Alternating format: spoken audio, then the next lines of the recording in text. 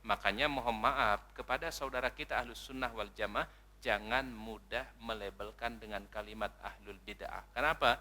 Konsekuensinya berat, konsekuensinya besar. Kullu bid'atin dhalalah wa kullu dhalalatin finnar. Setiap yang bid'ah itu sesat dan setiap yang sesat di api neraka. Berarti kalau kita mengatakan orang sebagai ahlul bid'ah, berarti kita sudah menilai orang itu sebagai apa? Sesat dan dia di api neraka. Ini sehingga perlu bijak di dalam menggunakan istilah-istilah yang sepertinya istilah ini perlu kita dalami, perlu kita pahami kapan kita bisa menggunakan istilah ini, ya. Kalau hanya perbedaan fikih lalu kita bilang ahlul bidah, saya kira ini terlalu terlalu salah kita menggunakan kalimat ini. Apalagi di luar kelompok kita lalu kita mudah mengatakan ahlul bidah, ini mohon maaf. Inilah membuat umat Islam jadi kemudian hubungan satu dengan yang lain yang enggak baik. Karena kenapa? Mudah mengklaim di luar kelompoknya sebagai kelompok yang sesat atau ahlul bid'ah. Apalagi di masyarakat Indonesia ini, mohon maaf, kalimat ini masih sensitif. Kalau ibu-ibu mungkin tinggal di Arab Saudi udah biasa dengar ahlul bid'ah. Tapi kalau di kita di sini udah konotasinya udah sangat negatif. Maka sekali lagi lebih bijak dalam berdakwah, lebih santun dalam berdakwah, supaya tersampai kebaikan ini kepada orang lain. Jangan sampai gara-gara karena metode kita nggak pas, metode kita nggak baik, akhirnya kita tidak tersampaikan kebaikan itu kepada saudara-saudara kita. Ya, baik.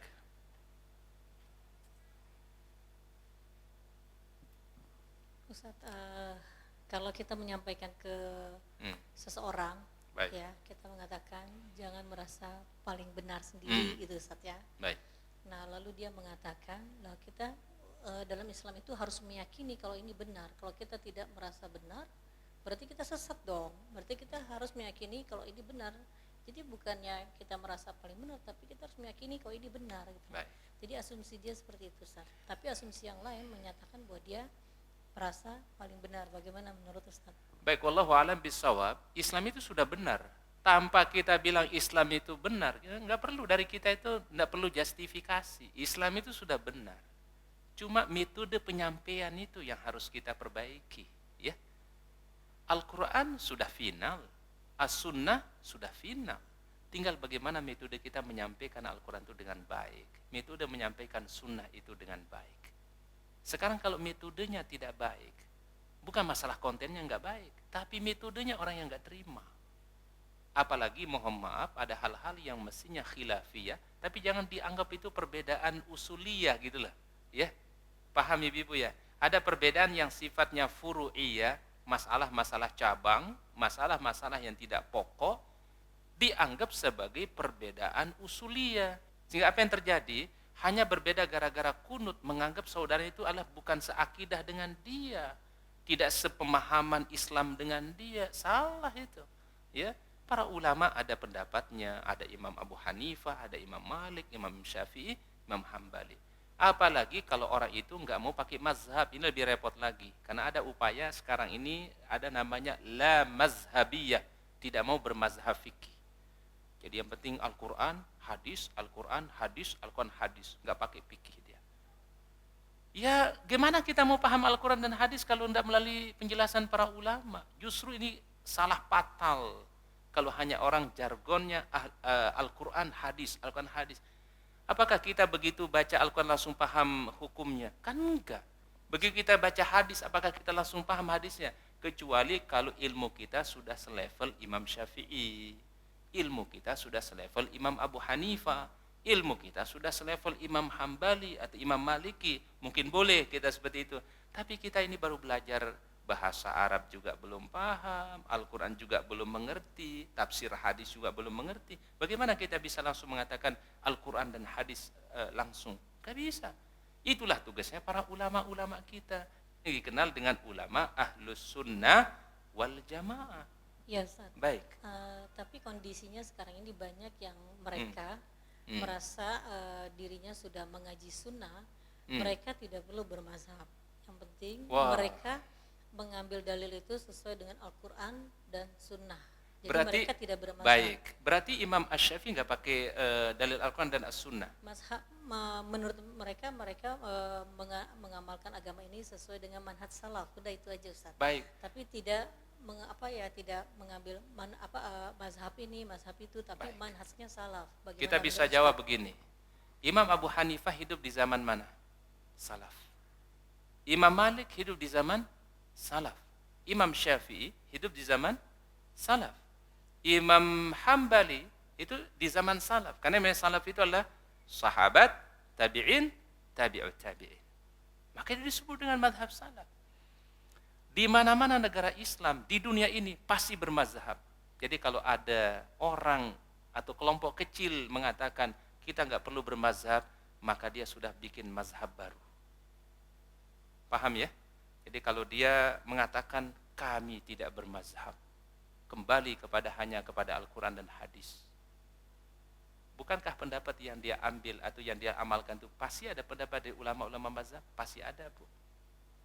Kalau dia membuat sebuah pemahaman, wah kita tidak pakai mazhab, hanya pakai Al-Quran dan hadis, berarti inilah mazhab baru namanya. Berarti dia sudah hizbi sendiri. Itu udah hizbi namanya. Hizbiyun udah pasti hizbiyun. Karena kenapa? Karena dia akan membentuk fanatik, membentuk ta'assub. Sehingga kalau berbeda dengan pemahaman dia, pasti akan menjadi salah. Nah ini awal dari nanti munculnya namanya tasyaddud fiddin. Coba perhatikan, ada kelompok-kelompok yang dulu pernah kita dengar namanya Islam Jamaah. Ya. Islam Jamaah itu punya keyakinan. Ini sekarang lagi berkembang mereka ya, LDI itu. Dan kita di MUI itu beberapa waktu lalu kita kita wawancara mereka yang sudah keluar dari dari LDI. Ya, mereka dianggap murtad dari kelompoknya. Jadi kalau bagi mereka siapa saja yang keluar dari kelompoknya itu dianggap murtad. Ya. Jadi kalau kita kan menganggap orang murtad itu kalau keluar dari apa? Islam. Tapi kalau di LDI, siapa saja yang sudah masuk LDI lalu keluar, itu berarti murtad. Dan akidahnya sangat berbahaya. Apa akidahnya? Di luar kelompoknya sesat, menyesatkan, kafir, dan ia najis bahkan. Bahkan kalau kita sholat itu pasti, kalau sholat di tempatnya pasti dibersihkan. Dan itu diakui oleh tokohnya. Jadi yang kita wawancara di MUI Pusat itu adalah sudah levelnya wakil presidennya LDI, wakil presiden. Jadi mereka itu punya punya tingkatan-tingkatan. Ada paling tinggi, imam tertinggi. Yang kemarin kita wawancara itu adalah imam yang levelnya wapres, wakil presiden. Ya, tapi alhamdulillah dia berbalik kepada pemahaman yang benar, pemahaman Islam yang benar. Dan itulah awal dari fanatik itu. Orang kalau sudah menganggap kelompoknya misalnya yang begini, lalu yang lainnya itulah kafir, sesat, ini berbahaya. Ya, ini jangan sampai terjadi dalam dakwah itu seperti itu. Ya, apa bedanya kita dengan kita sering menyesatkan Islam Jamaah atau LDI kalau kita punya metode dakwah seperti itu. Ya, makanya caranya adalah dakwah itu adalah mengajarkan. Kita bimbing, mengajarkan, memberikan pemahaman yang benar tentang Islam. Ya, dalam masalah-masalah fikih kita toleransi, berlapang hati, ya. Dalam masalah yang kita sepakati masalah akidah. Itu kita sepakati. Berarti apakah setiap kita itu harus punya harus punya mazhab gitu, Ustaz? Misalnya kalau Kita ini tanpa kita bilang bermazhab, kita pasti ikuti mazhab. Ikuti mazhab. Contoh misalnya, kalau orang zakat fitrahnya pakai beras, itu pasti dia bermazhab. Ya. Atau orang kalau berzakat dengan menggunakan bahan makanan pokok, itu udah bermazhab. Mazhab siapa? Imam Syafi'i, Imam Malik, itu pendapatnya. Tapi kalau dia, saya enggak zakat fitrahnya dengan bahan makanan pokok, tapi saya dengan materi aja, dengan uang saja, dengan nilai saja. Itu pendapatnya siapa? Imam Hanafi, Imam Abu Hanifah. Kita tanpa kita bilang bermazhab, kita udah bermazhab. Makanya salah besar kalau orang mengatakan enggak bermazhab. Itu salah besar. Berarti ulama itu sudah bermazhab dari dulu.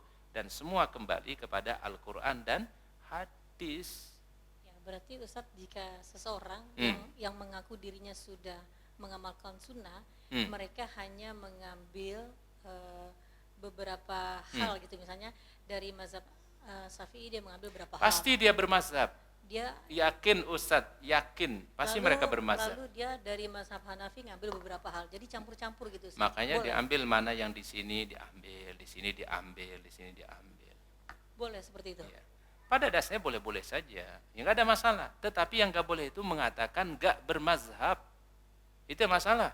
Padahal ketika dia mengamalkan suatu amalan Islam, pasti itu sudah disampaikan oleh ulama-ulama terdahulu.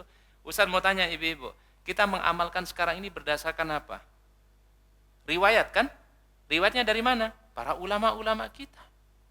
Ulama kita tersambung riwayatnya dengan siapa? Baginda Rasulullah. Makanya namanya sanad. Ya, bersanad kita.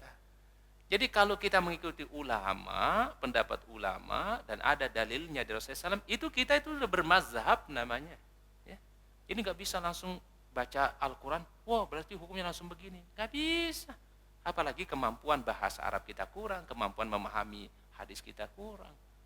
Ini memang mohon maaf ini yang membuat akhirnya kegelisahan di tengah-tengah umat. Ya. Kalau orang mengatakan nggak perlu bermazhab. Jangankan di sini, di Arab Saudi aja mereka banyak ditegur. Ya. Ulama di Arab Saudi di Timur Tengah itu adalah sangat melarang orang-orang mengatakan tidak perlu bermazhab.